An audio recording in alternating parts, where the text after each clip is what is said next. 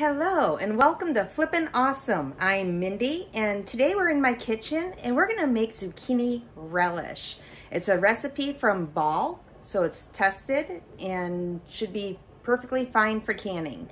What we're gonna do is we're gonna start off by getting a large pot for your canning purposes and get the water boiling so that we can start sterilizing our jars. Sometimes it takes a while for the water to boil. So while that's boiling, we're gonna go ahead and start chopping zucchini. I'll have the recipe posted at some point during this video. This is the stock pot that I decided to use. And whenever you're canning or sterilizing jars, you wanna make sure there's something in some type of rack on the bottom. And this is the rack that I'm using. And you wanna keep your jars off the bottom of the pan. That's why you want to have some type of a rack. Also, you want to go ahead and add a little bit of vinegar to your water, and that'll keep the minerals and calcium and whatever is inside the water off your jars and keep them nice and crystal clear.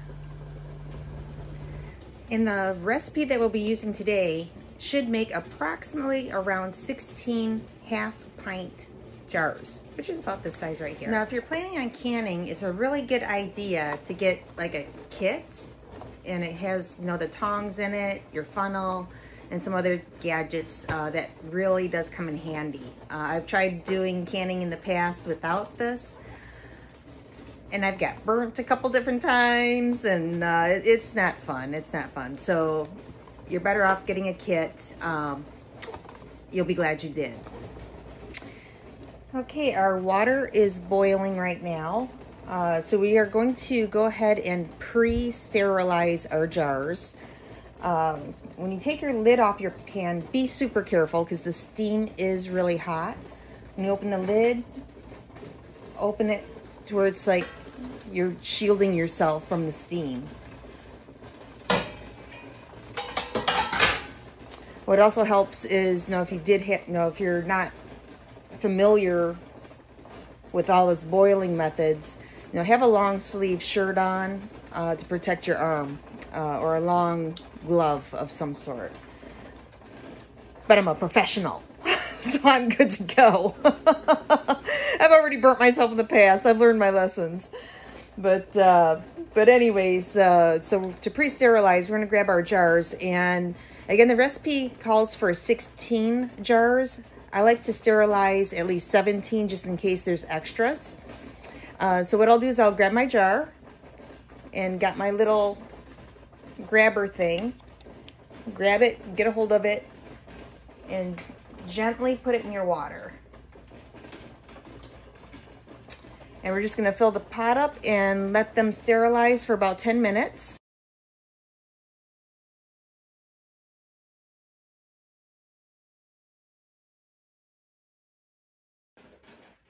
Okay, we are gonna need 12 cups of chopped up zucchini. The zucchini size that I'm using is just your average size. It's not the really huge ones and it's not the little ones, so it's about your average size zucchini. And so I'll let you know how many is required for 12 cups. I'll be right back.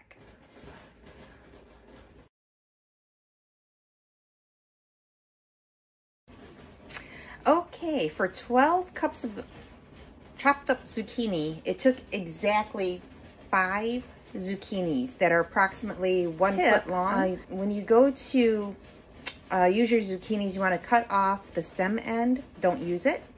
And cut off the blossom end. You don't want to use that either. So next ingredient is going to be bell peppers, and we're gonna chop those up also, and I'm gonna do it the same way. I'm gonna cut the bell peppers into chunks and use my food processor so that I can get them into a little tiny chopped up size.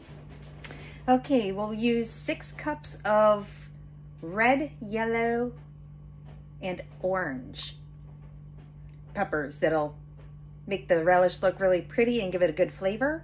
And we need, again, 6 cups. What you want to do is remove the seeds and I don't like to throw anything away. So with the tops, you know, a lot of people will just throw that away. No, don't do that. What I'll do is I'll rip this in half, and looky there. The stem part pops right off. Genius! So our next ingredient is onions, and we need 2 cups of onions. Man, I thought this was gonna be fun. Gotta love onions. Okay, now that we have our zucchini, our peppers, and our onions all chopped up, I decided to use my sink because I do not have a bowl large enough for the quantity. And the sink is perfectly fine to use. Just make sure it's clean before you start throwing your vegetables in. And of course, you know, put your plug in there. So we got this now. And what we're going to do is we're going to add about 8 tablespoons of pickling or canning salt. And just kind of add that in. And then we're going to mix it up with our hands to get it nicely coated. And we're going to add water to just cover. And then we're going to add a little, I like to add a little bit of ice to keep it cool, because this is going to end up having to sit for a minimum of 2 hours. So yeah, let me show you this after it's all filled.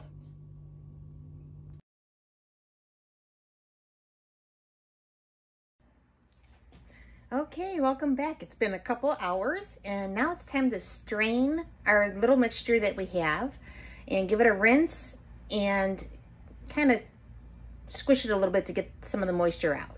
So here we go.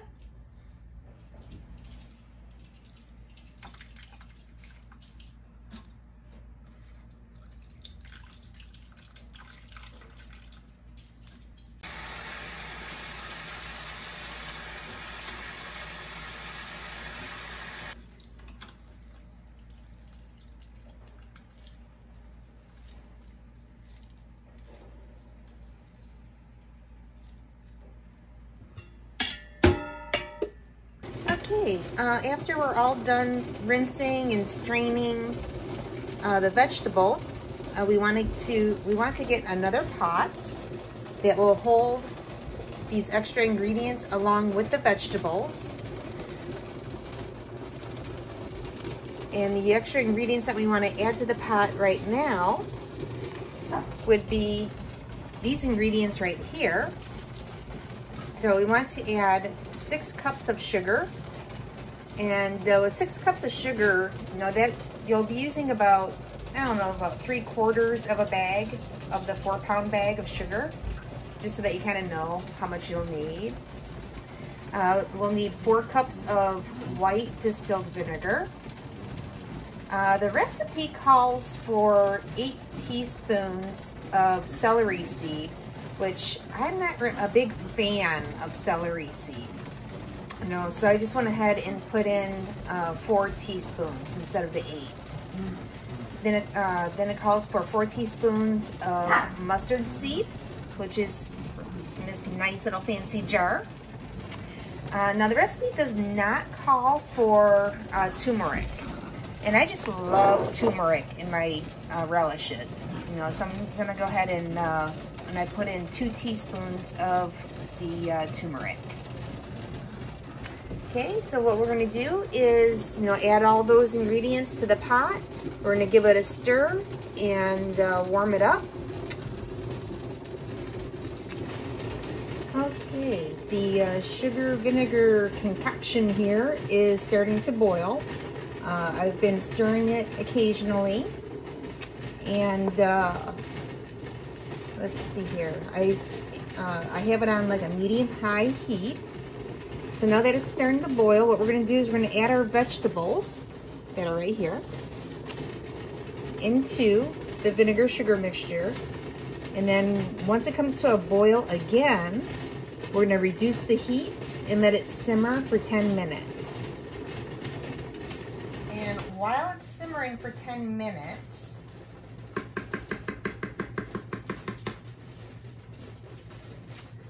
What we're gonna do is we're gonna pre-warm our jars that we sterilized earlier. And again, be careful of the steam. Use the lid as your shield until the steam dissipates there a little bit. What we want to do also is get another little pan, collect some of the water.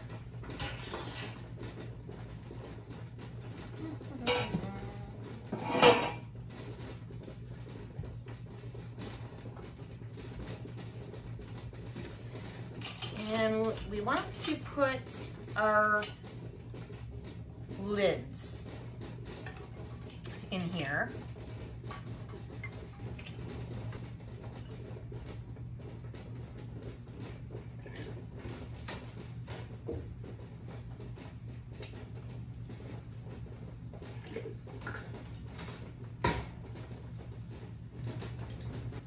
Now you want to make sure you don't over cram the jars. They should not be touching.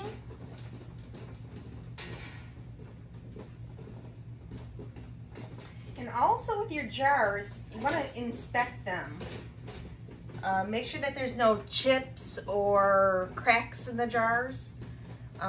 If there's any chips or cracks, don't use them. You also want to make sure that you have some other things ready, because once the 10 minutes is up, we're going to start putting them in our hot jars. How exciting is that?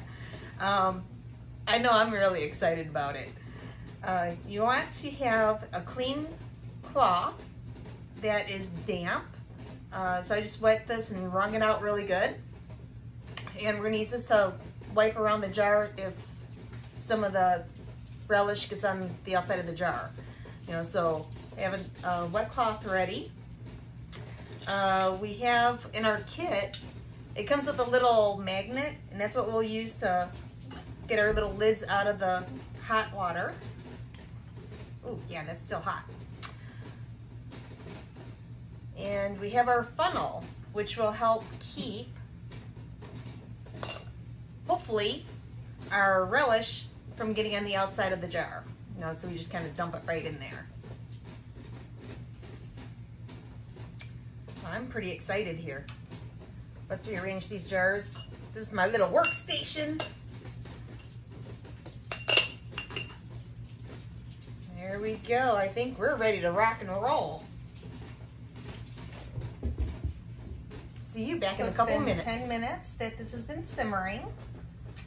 And now what we're going to do is get our jars. How exciting is that? Let's put this over here, out of our way.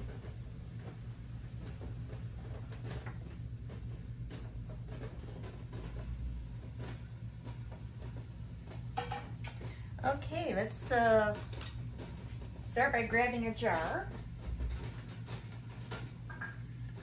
And we're going to dump out the water.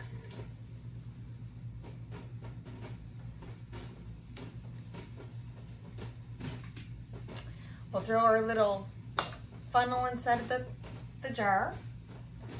I forgot to mention earlier, we do need a ladle. Let's turn this off.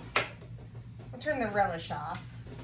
Okay, you want a little, about a 1/2 inch headspace.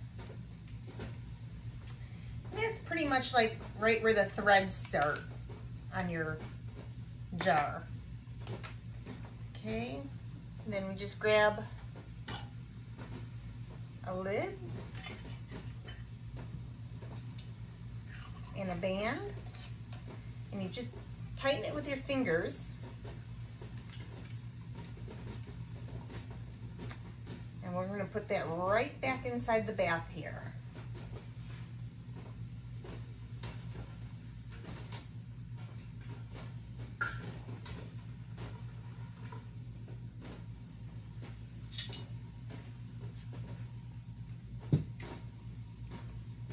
I have all my jars filled. They're inside, and I'm just waiting for this to come back to a boil. You want to make sure that when you tighten your jar lids, when you put them on and you go to tighten them, you want to do like just a snug tight. You know, you don't want to like crank on it. You know, it's like, you know, it's just a finger tight type deal is all you need. The reason why you want to do that is somehow with the water pressure and the water bath, the air from that's left inside will escape, is my understanding of it.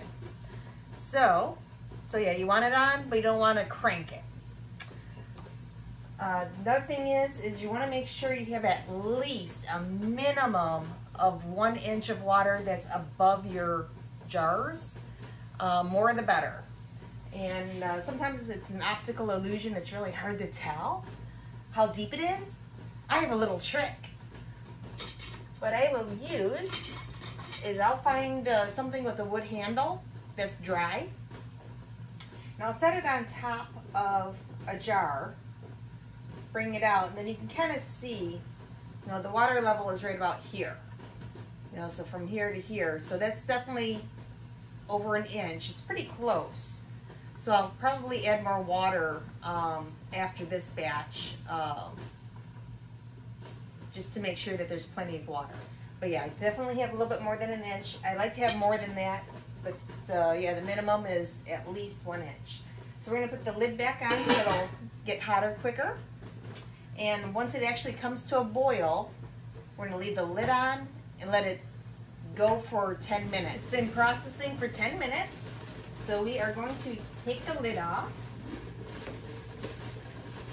Or actually, I need to reach over it. So we're going to turn off the heat first. Take the lid off.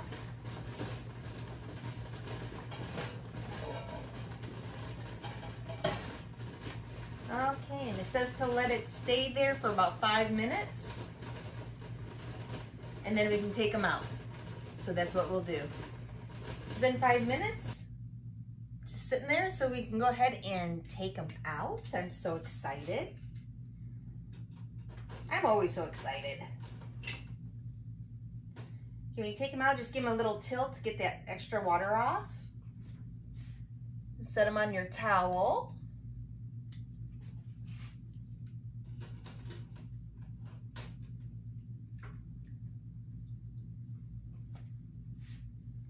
Now you want to leave a little bit of space between the jars when they're cooling.